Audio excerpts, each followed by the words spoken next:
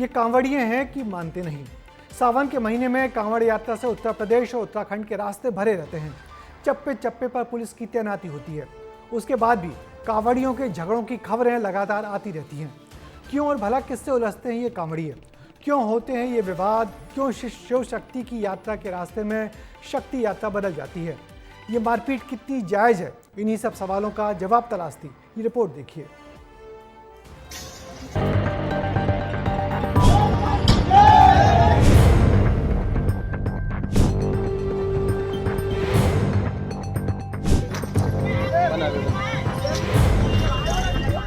कांवड़ से गाड़ी टकराई और उसके बाद जो हुआ वो देखने लायक था।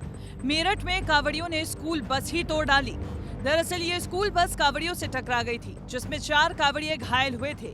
गुस्साए कांवड़ियों ने स्कूल बस को ही तोड़ डाला। कांवड़ियों की गुंडागर्दी की ये तस्वीर अब आपको डरा देगी। देखें किस तरह महिला के बाल खींचे जा रहे हैं। अकेली महिला से कांवड़िए किस तरह पेश आ रहे हैं। ये तस्वीर दिल्ली हरिद्वार नेशनल हाईवे के पास की है। स्कूटी सवार महिला की गाड़ी से कांवड़ियों को मामूली टक्कर लगी तो गुस्साए कांवड़ियों ने महिला पर ही हमला कर दिया।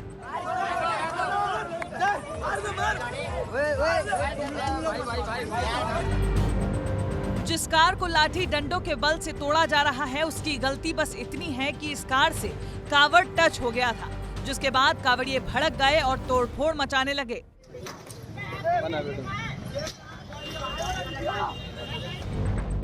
सिर्फ गुंडागर्दी ही नहीं, अब आप कांवड़ियों की मन मर्जी भी देखें।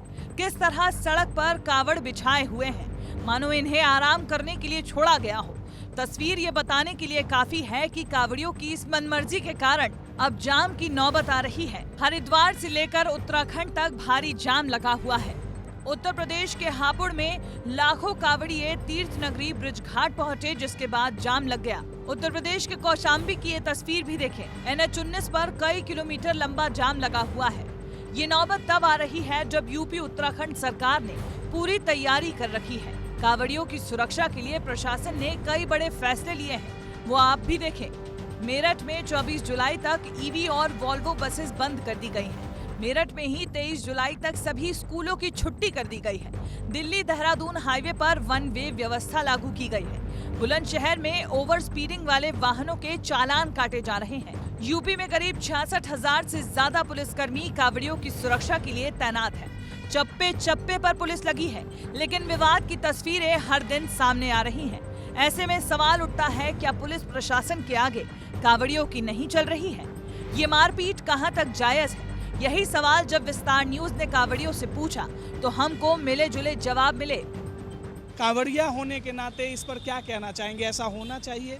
अब किसी बंदे ने खरीदी है 15-20 लाख की गाड़ी, अब तुम तोड़ दोगे, वो चीज़ गलत है। हर किसी पे गलती होती है। हर कोई अगर ऐसे अभद्र करेगा तो फिर तो कांवड़ का एक टाइम ऐसा आएगा, ये बंद ही हो जाएगा, प्रशासन बंद करा देगा। ये चीज़ें वही इंसान करता है जो सिर्फ मजे लेने जा रहा है। बात मचा रहे हैं कांवड़िया बंधु, क्या ये सही है?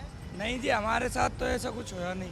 आपकी कोई चीज़ रखी है और जो आपको उससे अधिक प्यार है और तुम उसको बहुत दूर से बहुत मुश्किल से लाए जा रहे हो और उसमें आगे कोई भी बंदा कुछ भी कर देता तो तुम्हें कितना बुरा लगेगा। वैसे हमारा हाल है, हम इतनी दूर से कांवड़ लाते हैं, अपनी पैदल धूप में पैर अपने छाले पड़वाते हैं पैरों में, इतनी दूर से लाते। वो कोई हमारी कांवड़ में लात मार दे कि कोई गाड़ी से ठोक दे और तो हम उसे क्या छोड़ देंगे?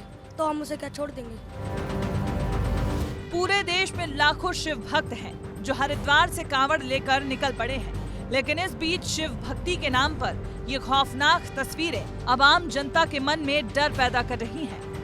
ब्यूरो रिपोर्ट, विस्तार न्यूज। तो देखा आपने कैसे छोटी छोटी बातों पर ये कांवड़िए बिगड़ उठते हैं और कानून अपने हाथ में ले लेते हैं। इन कुछ कांवड़ियों के चलते अब इस यात्रा से लोग घबराने लगे हैं। पहले इन कांवड़ियों को देखकर बहुत श्रद्धा उमड़ती थी, मगर अब इनसे राहगीर खौफ खाने लगे हैं। पुलिस प्रशासन भी इनको लेकर सतर्क रहते हैं। इन पर हाथ उठाना भी कई बार पुलिस अधिकारियों पर भारी पड़ जाता है। इसी का फायदा ये सब कांवड़िए उठाते हैं, मगर जरूरत है भक्ति के नाम पर की जा रही इस गुंडागर्दी को सख्ती से रोकने की।